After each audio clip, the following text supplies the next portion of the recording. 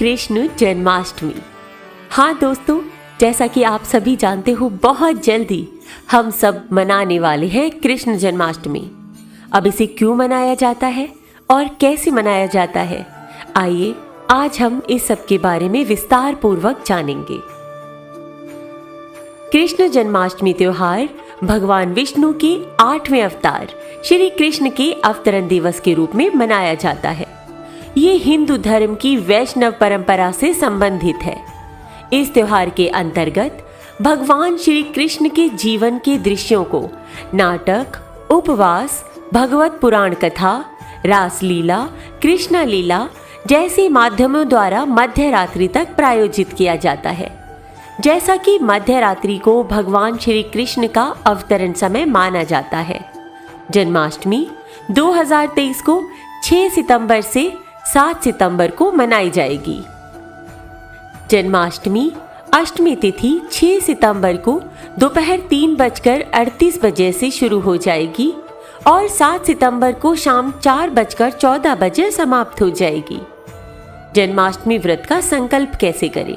श्री कृष्ण जन्माष्टमी के दिन प्रातःकाल ब्रह्म मुहूर्त में उठकर स्नान कर श्री कृष्ण के सम्मुख व्रत का संकल्प करें। अपने हाथों में तुलसी का पत्ता पकड़कर ये संकल्प करें और व्रत के दौरान की गई किसी भी गलती के लिए पहले से ही क्षमा मांग लें। जन्माष्टमी पर पूरे दिन व्रत रखा जाता है और रात के 12 बजे कृष्ण जी की पूजा करके व्रत को तोड़ा जाता है। जन्माष्टमी व्रत पर कैसे करें पूजा? जन्माष्टमी के दिन स्नान आदि करके मंदिर की सफाई करें। इसके बाद सभी देवताओं का आह्वान करते हुए दीप प्रज्वलित करें। फिर बाद में श्री कृष्ण की पूजा करें। श्री कृष्ण का जल से अभिषेक करें, श्रृंगार करें और भोग लगाएं। फिर ठाकुर जी को झूला झुलाएं। फिर रात का इंतजार करते हुए दिन भर कृष्ण मंत्रों का जाप करें। रात 12 बजे भगवान का जन्म दिवस मनाएं। कान्हा को दूध, दही, घी, शहद, पंचामृत और गंगा जल से स्नान कराएं। अंत में बाल गोपाल की आरती करते हुए मंगल गीत गाएं। कृष्ण के जीवन के बारे में जानकारी महाभारत, पुराण और भागवत पुराण में उल्लेखित है। कृष्ण देवकी और वासुदेव के 8वें पुत्र हैं। उनके जन्म के समय चारों ओर अत्याचार बड़े पैमाने पर था। स्वतंत्रता से इनकार किया जा रहा था और राजा कंस के जीवन को खतरा था।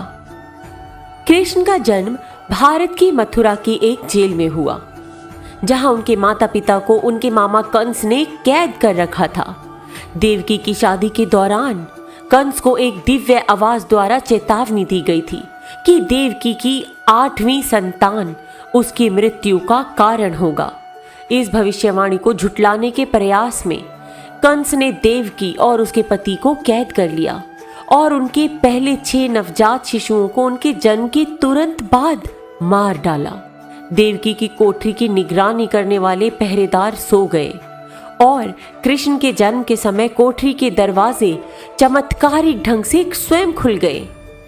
इन घटनाओं ने वासुदेव को कृष्ण को उनके पालक माता पिता यशोदा और नंद के पास यमुना नदी के पार भेजने की अनुमति दी।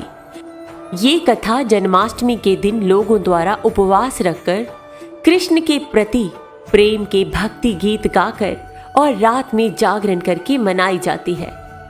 श्री कृष्ण अर्जुन से कहते हैं, हे धनंजय, मुझसे भिन्न कोई दूसरा भी परम कारण नहीं है। माया द्वारा जिनका ज्ञान हार चुका है, ऐसे असुर स्वभाव को धारण किए हुए मनुष्यों में नीच दूषित कर्म करने वाले मूढ़ लोग मुझको नहीं भजते। भविष्यवाणी के अनुसार भगवान विष्णु को देवकी के गर्भ में कृष्ण के रूप में जन्म लेना था। तब अपने 8वें अवतार के रूप में 8वें मनु वैवस्वतः मनस्वंतरम के 28वें द्वापर में भाद्रपद के कृष्ण पक्ष की रात्रि के 7वें मुहूर्त निकल गए और 8वां उपस्थित हुआ।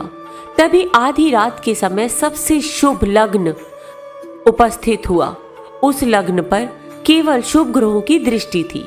रोहिणी नक्षत्र तथा अष्टमी तिथि के संयोग से जयंती नामक योग में लगभग 3112 ईसा पूर्व को हुआ। ज्योतिषियों के अनुसार रात 12 बजे उस वक्त शून्य काल था। जब भगवान श्री कृष्ण का जन्म हुआ तब भारी बारिश हो रही थी और यमुना नदी में उफान था। उनके माता और पिता को उनकी मृत्यु का डर था। अंधेरा भी भयंकर था क्योंकि उस वक्त बिजली तो होती नहीं थी। जब कृष्ण का जन्म हुआ तो जेल के सभी संतरी माया द्वार गहरी नींद में सो गए। जेल के दरवाजे स्वतः ही खुल गए। उस बारिश में ही वासुदेव ने नन्हे कृष्ण को एक सुपड़े में रखा और उनको लेकर वे जेल से बाहर निकल आए। कुछ दूरी पर ही यमुना नदी थी। उन्हें उस पार जाना था, लेकिन कैसे? तभी चमत्कार हुआ। यमुना के जल ने भगवान के चरण छुए और फिर उसका जल 2 हिस्सों में बट गया। इस पार से उस पार का रास्ता बन गया। कहते हैं कि वासुदेव कृष्ण को यमुना के उस पार गोकुल में अपने मित्र नंद गोप के यहाँ ले गए। वहां पर नंद की पत्नी यशोदा को भी एक कन्या उत्पन्न हुई थी। वसुदेव श्री कृष्ण को यशोदा के पास सुलाकर उस कन्या को ले गए।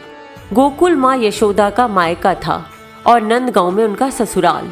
श्री कृष्ण का लालन पालन यशोदा व नंद ने किया। जब कंस को पता चला कि छल पूर्वक वासुदेव और देवकी ने अपने पुत्र को कहीं और भेज दिया है, तो उसने तुरंत चारों दिशाओं में अपने अनुचरों को भेज दिया और कह दिया कि अमुक अमुक समय पर जितने भी बालकों का जन्म हुआ हो उनका वध कर दिया जाए। पहली बार में ही कंस के अनुचरों को पता चल गया कि हो ना हो वो बालक यमुना के उस पार ही छोड़ा गया है। उस बालक को मारने के लिए पूतना नामक राक्षसनी को भेजा जाता है, लेकिन श्री कृष्ण ने पूतना को नंद बाबा के घर से कुछ ही दूरी पर अपनी माया से मार दिया। इसके बाद नंद गांव में कंस का आतंक बढ़ने लगा तो नंद बाबा ने वहां से पलायन कर दिया। कृष्ण के जन्म के बाद उनको मारने की बहुत सी घटनाएं सामने आती हैं, लेकिन वे सबसे बचकर निकल जाते। जो भी उन्हें मारने आता वही मर जाता। कहते हैं कि श्री कृष्ण के जन्म के समय 6 ग्रह उच्च के थे। उनकी कुंडली में लग्न में वृषभ राशि भी थी, जिसमें चंद्र ग्रह था। चौथे भाव में सिंह राशि थी, जिसमें सूर्य विराजमान था। 5वें भाग में कन्या राशि में बुध विराजमान था। 6ठे भाव की तुला राशि में शनि और शुक्र ग्रह थे। 9वें अर्थात भाग्य स्थान पर मकर राशि थी, जिसमें मंगल ग्रह उच्च ना होकर विराजमान थे। 11वें भाव में मीन राशि के गुरु उच्च के होकर विराजमान थे। हालांकि कई विद्वान उनकी कुंडली की ग्रहों की स्थिति को इससे अलग भी बताते हैं। कुछ के अनुसार केतु लग्न में था तो कुछ के अनुसार 6ठे भाव में। मथुरा की जन्मभूमि मंदिर में एक ऊंचा चबूतरा है। कहते हैं जिस स्थान पर यह चबूतरा है वहीं पर भगवान श्री कृष्ण का अवतार हुआ था। द्वापर युग में यहीं पर कंस का कारागृह था, जिसमें देवकी और वासुदेव जी को कंस ने कैदी बनाकर रखा हुआ था।